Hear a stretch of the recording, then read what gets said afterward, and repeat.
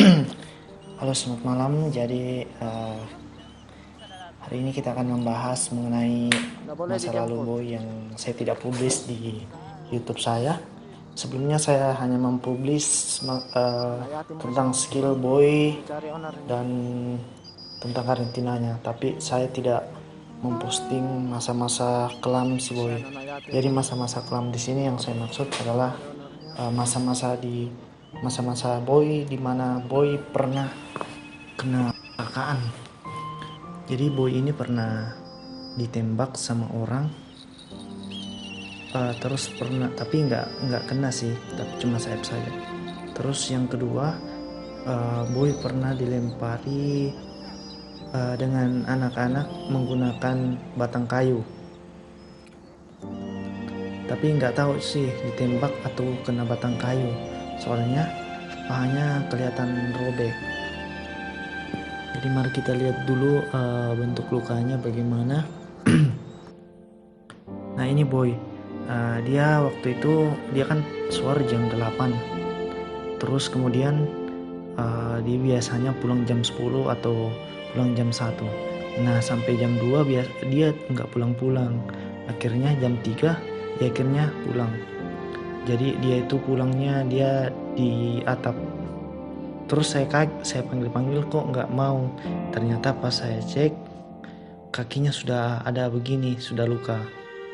Wih, saya sedih sekali. Saya cari orangnya, siapa yang lakukan itu. Terus di lukanya itu ada tembus sampai ke ekornya, di kulit ekornya. Nah ini sudah beberapa minggu, lukanya sudah mulai mengering. Saya memberikan obat merah dan kopi, jadi itu yang membantunya cepat sembuh. Tapi ternyata yang saya tahu setelah itu, ternyata Boy malah tambah liar. Dia memiliki rasa trauma seperti itu. Dia takut, dulunya dia pemberani, dia nggak takut apa-apa, tapi semenjak dia kena insiden seperti ini, dia memiliki trauma yang sangat besar. Jadi traumanya itu mungkin agak-agak was-was dia kalau misal dipanggil, dia agak lama baru turun. Nah ini yang saya maksud masa kelamnya. Sangat susah untuk mengembalikan skillnya kembali Boy. Sangat-sangat susah, soalnya apa ya, bukan soal apanya, tapi uh, mungkin teman-teman punya elang juga. Pada saat teman-teman melihat elangnya bagus, tiba-tiba dilempari begitu, dan berefek elangnya malah liar, elangnya malah penakut dan hampir hilang skill. Makanya kita harus pendekatan. Nah contohnya seperti ini. Dia sekarang takut sama keramaian, sama orang-orang di bukit. Biasanya dia jago, dia selalu nggak pernah tinggalkan saya. Jadi semenjak insiden itu, si Boy sekarang malah suka menyendiri, terus pergi mandi untuk membersihkan apa. Jadi dia mau datang kalau orang di situ sudah sudah agak sepi. Makanya saya butuh pendekatan ulang lagi dengan si Boy, tapi ya aduh, agak lama lagi. Dia jauhnya, mainnya jauh sekali. Ya, dia takut sekali sama keramaian seperti ini karena dia trauma. Dia pernah dilempari atau kena tembak juga. Makanya teman-teman kalau misal punya elang juga yang tipe soar, teman-teman harus awasi orang-orang di sekitar yang mungkin bisa mencelakai atau mungkin berniat jahat sama elangnya. Jadi elangnya bisa seperti ini, bisa kehilangan skill seperti ini, tapi dia kembali kok, selalu kembali. Tapi dengan catatan orang di situ pergi semua. Padahal sebelumnya, walaupun orang rame, dia selalu datang sama saya, dia selalu bersama-sama sama saya. Jadi untuk mengembalikan skillnya ini butuh proses yang sangat panjang. Nah semenjak itu juga dia apa ya, dia lebih suka mandi begitu, dia agak takut begitu. Nah ini saya rekam dia lagi mandi di atas gedung. Kebetulan Boy juga ini nggak tahu semenjak insiden itu dia langsung suka mandi. Mungkin karena biasanya kalau elang sudah 1 tahun, biasanya elangnya itu sudah mau multing atau ganti bulu.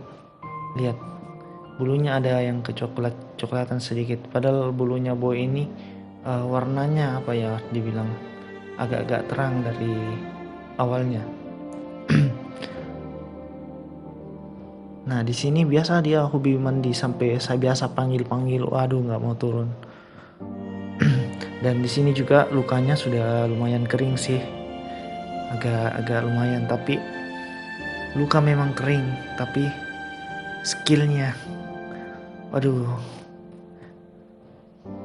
sudah skillnya itu tetap ada, tapi rasa takutnya itu, rasa traumanya itu sangat susah dihilangkan. Bahkan kita harus melatihnya ulang lagi, membiasakannya seperti semula. Dan itu tidak gampang. Kadang dia sudah pintar, tapi tiba-tiba traumanya itu muncul kembali. Nah itu resiko yang harus dihadapi oleh falconer atau pengendali elang. Dan teman-teman, jika teman-teman punya juga BOP soar, sebelum soar itu kalian harus pantau dulu orang sekitar. Soalnya saya juga punya pengalaman, saya pernah kecurian satu elang juga. Sebenarnya ini Boy kan ada satunya, jadi satunya itu girls. Jadi girls itu yang di video sebelumnya itu sudah dicuri, asal kalian tahu. Jadi satunya itu sudah dicuri, makanya tinggal Boy aja. Nah kenapa Boy nggak dicuri? Soalnya Boy kan ada rasa trauma sedikit, makanya dia setiap ada orang dia pasti lari kabur. Makanya traumanya ini sebenarnya bisa jadi kelebihan juga, tapi lebih besar kekurangannya. Makanya hati-hati teman-teman. Sekarang itu banyak orang sirik sama kita. Siriknya itu apa? Mereka itu pengen punya juga, padahal banyak kok lah. Tapi lebih bagusnya teman-teman menjaga. Jangan sudah curi tapi malah dikasih, nggak tahu merawatnya, malah dilepas liarkan, nggak dikarantina dulu. Nah itu resikonya. Mudah-mudahan yang curi si girls itu bisa mendapatkan hidayah. Dan apa lagi ya, dan saya untuk mengembalikan skillnya ini saya mesti melatih dari awal lagi. Jadi pelatihannya itu cukup mudah. Pertama kita miningnya itu nggak di rumah ya, maksudnya mining itu kita miningnya di tempat ramai. Jadi kita biasakan melihat orang lagi, terus biasakan orang juga pegang-pegang dia, ngelus-ngelus kepala dia. Terus kita latihan juga JTTF ke glove di tempat keramaian. Jadi agar dia juga bisa fokus ke kita, jangan dia lihat keramaian dia malah ambiar begitu, maksudnya dia kehilangan fokus, dia pengen kabur begitu. Nah ini dia senang sekali mandinya. Saya panggil, aduh capek. Jadi ini yang saya maksudkan masa-masa kelam si Boy. Saya belum pernah upload video yang soal ini, tentang ini. Yang saya upload paling cuma skill-skillnya saja, terus pas bawa latihan. Nah skill-skillnya itu, nah ini sebelum insiden ini. Dan setelah insiden ini, waduh kacau semua. Kacau balau. Nah tapi kalau untuk suaranya sih kesehatan Boy masih performa bagus. Hanya itu saja, kita mesti pendekatan dulu. Pendekatan meaning sampai mulut berbusa bro. Saya sih tahu yang lempar. Jadi yang lempar itu ada sih yang bilang yang lempar itu anak-anak SMP kalau nggak salah, atau anak SMA gitu. Terus saya kasih tahu, waduh kamu ngapain deh lempar burung bagus-bagus terbang kamu lempar. Emang kalau sudah jatuh itu burung kamu mau makan? Tidak kan? Nggak tahu sekarang manusia, sukanya tembak-tembak burung.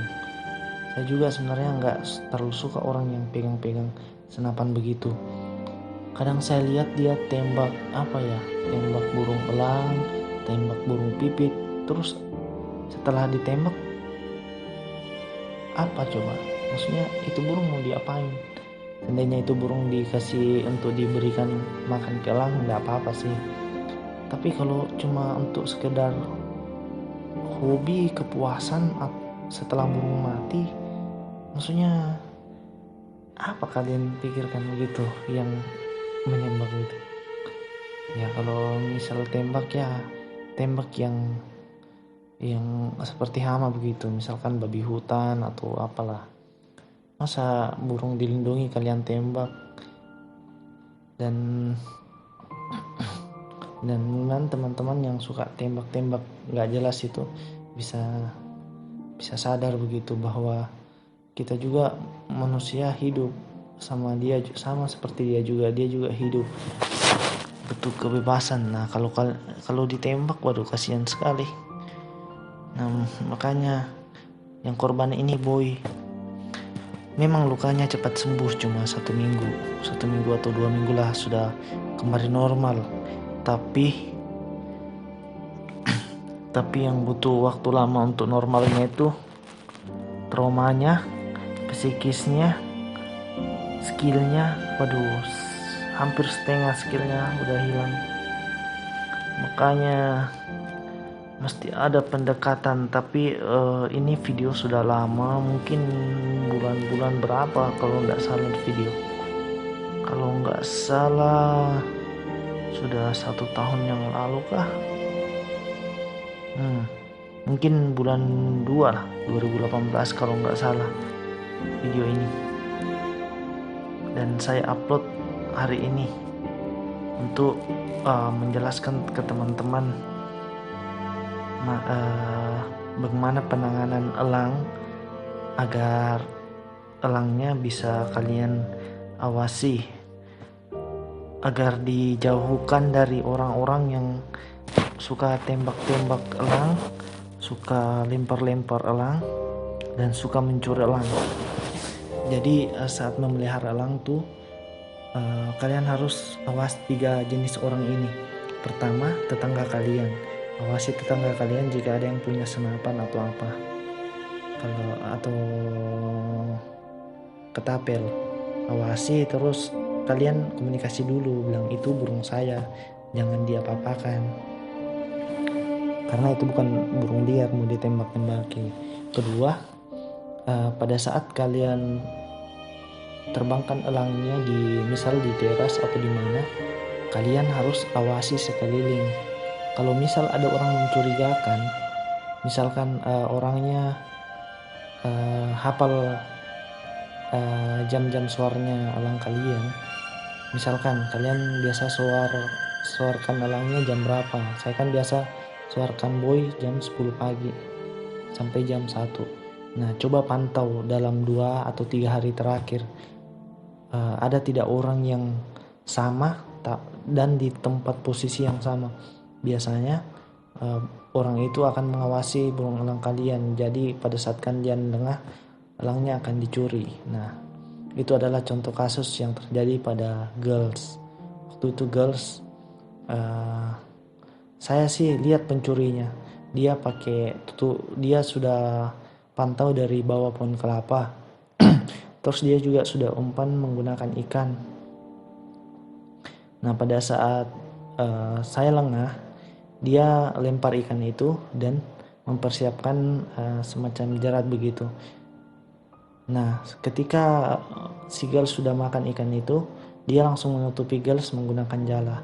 Dan alhasil, si Girls dibawa menggunakan motor metik.